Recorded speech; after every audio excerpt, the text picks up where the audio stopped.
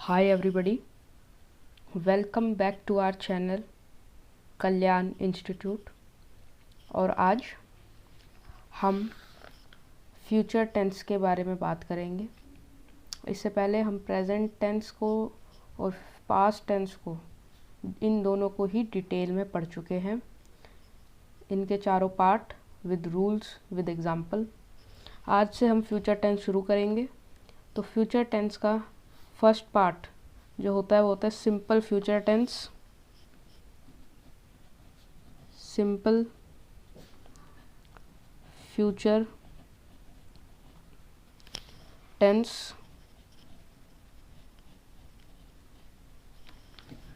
और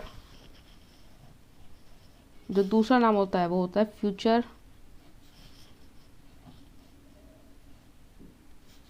इंडेफिनिट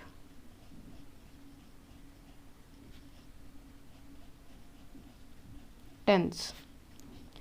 मैंने जब आपको सिंपल प्रेजेंट टेंस और पास्ट टेंस कराया था, मैंने तब भी बोला था ये दोनों सिंपल फ्यूचर टेंस और फ्यूचर इंडेफिनिट टेंस बिल्कुल सेम है, कोई कन्फ्यूजन वाली बात नहीं होनी चाहिए। ठीक है।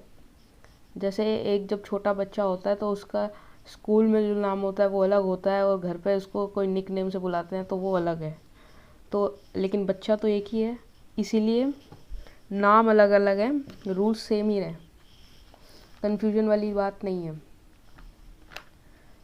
तो सबसे पहले हम देखेंगे कि सिंपल फ्यूचर टेंस और फ्यूचर इंडेफिनिट टेंस हिंदी में अगर ट्रांसलेट करेंगे तो ये गा, गी और गे पर ख़त्म होंगे।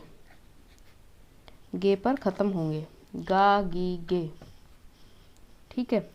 जैसे अगर मैं एक एग्जांपल दूँ तो I will read the newspaper from tomorrow, मैं कल से अखबार पढ़ूंगा। ठीक है। तो चलिए हम सबसे पहले पॉजिटिव यानी कि सिंपल सेंटेंस और दूसरे भाषा में कहें तो अफर्मेटिव भाषा, मतलब थोड़ी हायर इंग्लिश ग्रामर में कहें तो अफर्मेटिव सेंटेंस। तो इनका रूल क्या होता है, सबसे पहले हमेशा सब्जेक्ट आएगा, सब्जेक्ट प्लस अब हेल्पिंग वर्ब आ जाएगी। हेल्पिंग वर्ब इसमें होती है हमारी विल या फिर शैल प्लस वर्ब की फर्स्ट फॉर्म प्लस ऑब्जेक्ट। अब कुछ बच्चे यहाँ पर कंफ्यूज होंगे कि विल कहाँ पर यूज़ होगा और शैल कहाँ पर यूज़ होगा। देखो, पहले यानी कि पहले के ज़माने में जो इंग्लिश ग्रामर थी वो काफ़ी रूल्स के साथ देखी जाती थी।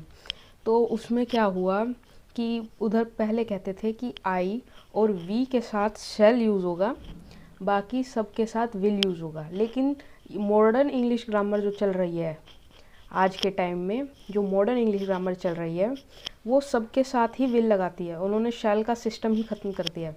तो शैल सिर्फ हम रूल्स में दिखाने के लिए कि भाई यहाँ शैल लगता है, लेकिन आजकल आई के साथ भी विल लग गया है और वी के साथ भी विल लगाते हैं। और स्कूल्स में भी आजकल हम यही पढ़ा रहे हैं, मॉडर्न इंग्लिश ग्रामर का यही रूल है, तो हम यही पढ़ा रहे हैं। अगर आप आई और वी के साथ अभी भी शैल लगाते हैं तो कुछ गलत नहीं है, लेकिन मॉडर्न इंग्लिश ग्रामर अब शैल लगाना प्रेफर नहीं करती, वो हर किसी के साथ विल लगाना ही प्रेफर करती है। ठीक है। बस ये ध्यान में रखना कि अगर आप शैल लगा रहे हैं तो आई और वी के साथ ही शैल लगाएं और किसी के साथ मत लगाना शैल। और बल्कि मेरी राय आपको यही होगी, चाहे अब आई हो या वी हो या कुछ भी हो, अब आप विल लगाओ, क्योंकि अब ज़माना बदल रहा है, ज़माने के साथ चलना चाहिए। मॉडर्न इंग्लिश ग्रामर आ रही है तो हमें मॉडर्न इंग्लिश ग्रामर के रूल्स को फॉलो करना चाहिए। हम इसके एग्जांपल देखते हैं। एग्जांपल होगा I will read the newspaper from tomorrow. अब बच्चों यहाँ पर आप देखेंगे कि मैंने आई के साथ विल लगाया है, मॉडर्न इंग्लिश ग्रामर है। अब अगर हम ध्यान में रखें कि आई और वी के साथ शैल लगेगा, और मान लो हम पेपर देने बैठे हैं और पेपर में प्रेशर, हमने देखा कि कुछ क्वेश्चन हमें नहीं आते तो हमें टेंशन होगी, टेंशन के मारे हम ये भूल गए कि आई और वी के साथ शैल लगेगा, बाकी सबके साथ विल लगेगा, और हमने उसके साथ विल लगा दिया, तो इधर हमारा नंबर कट जाएंगे। तो इसीलिए मैं कहूँगा कि आप मॉडर्न इंग्लिश ग्रामर को फॉलो करें और सबके साथ विल ही लगाएं। तो आई हमारे यहाँ पे सब्जेक्ट हो गया, विल हमारी हेल्पिंग वर्ब हो गई, रीड हमारी वर्ब की फर्स्ट फॉर्म। ये रूल्स में मैंने इसलिए लिखा है कि अगर आप पेपर में आ गया तो आप पेपर में भी ये शैल मेंशन ज़रूर करें, शैल हटा नहीं है, शैल को मेंशन ज़रूर करें, नहीं तो टीचर को ये लगेगा कि ये सिर्फ विल पता है इनको, दूसरी हेल्पिंग वर्ब और कोई होती नहीं, दूसरी हेल्पिंग वर्ब शैल होती है। तो सब्जेक्ट हो गया, हेल्पिंग वर्ब हो गई, वर्ब की फर्स्ट फॉर्म हो गई, द न्यूज़पेपर फ्रॉम टुमारो, ये हमारा ऑब्जेक्ट है, ये हमारा ऑब्जेक्ट है। ठीक है, आई होप आपको ये क्लियर होगा। अब हम नेगेटिव में बात करेंगे, तो जैसे पहले का तरह चल रहा है, हेल्पिंग वर्ब के बाद नोट लग जाएगा, बाकी सारा रूल सेम। तो नेगेटिव में यही, नेगेटिव सेंटेंस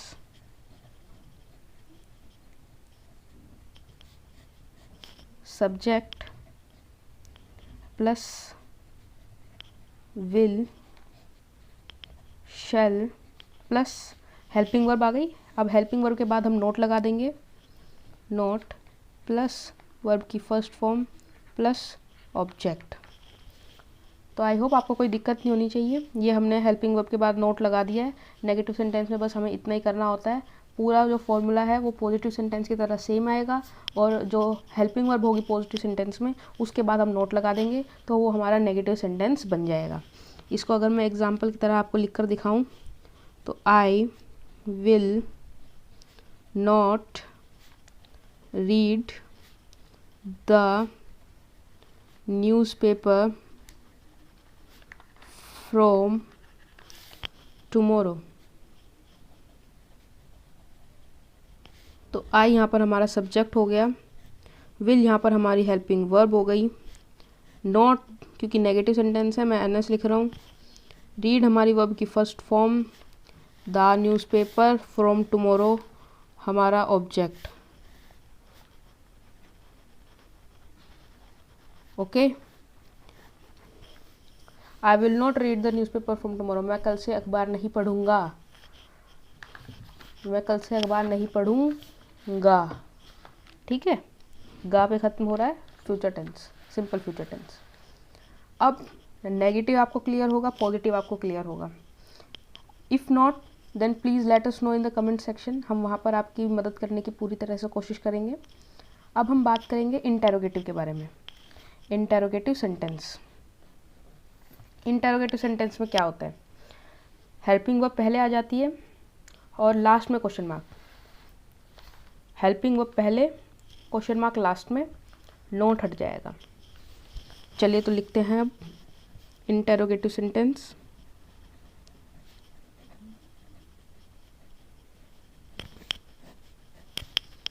हेल्पिंग वर्ब पहले, उसके बाद सब्जेक्ट प्लस वर्ब की फर्स्ट फॉर्म प्लस ऑब्जेक्ट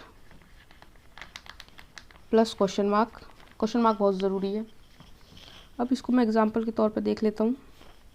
तो will I read the newspaper from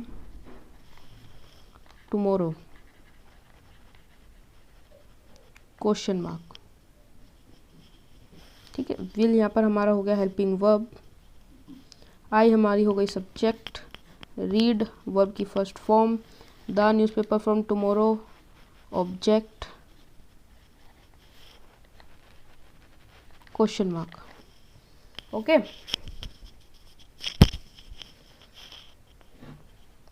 तो आई होप आपको आज का ये टॉपिक क्लियर होगा। जहाँ तक रही बात विल शैल को कहाँ पर यूज़ करना है, वो मैं ऊपर भी आपको बता चुका हूँ कि आई वी के साथ शैल यूज़ होता है और बाकी सब के साथ विल। लेकिन मॉडर्न इंग्लिश ग्रामर में हम आजकल चाहे आई हो, वी हो या कुछ भी हो, उसके साथ हम विल ही यूज़ कर रहे हैं। सिंगुलर हो, प्लूरल हो, आई हो, वी हो, यू हो, हम विल यूज़ कर रहे हैं। तो मेरी राय भी आपको यही होगी कि आप विल ही यूज़ करें, नहीं तो आप कंफ्यूज हो जाएंगे कि शैल कहाँ यूज़ होगा और विल कहाँ यूज़ होगा। चाहे आपको सिंगुलर दे रखा हो, प्लूरल दे रखा हो, आई दे रखा हो या वी दे रखा हो, यू दे रखा हो, ही दे रखा हो, शी दे रखा हो, इट दे रखा हो, कुछ भी दे रखा हो, आप उसके साथ विल का ही यूज़ करें सिंपल फ्यूचर टेंस में, फ्यूचर टेंस में। तो आई होप आपको आज का ये टॉपिक क्लियर होगा। वीडियो अच्छी लगी हो तो वीडियो को ज़रूर लाइक करें, अपने दोस्तों के साथ शेयर करें और हमारे चैनल को सब्सक्राइब करें। कल की वीडियो में हम बात करेंगे फ्यूचर कंटिन्यूअस टेंस के बारे में। आज के लिए बस इतना ही। तब तक के लिए पढ़ते रहिए और आगे बढ़ते रहिए। नमस्कार।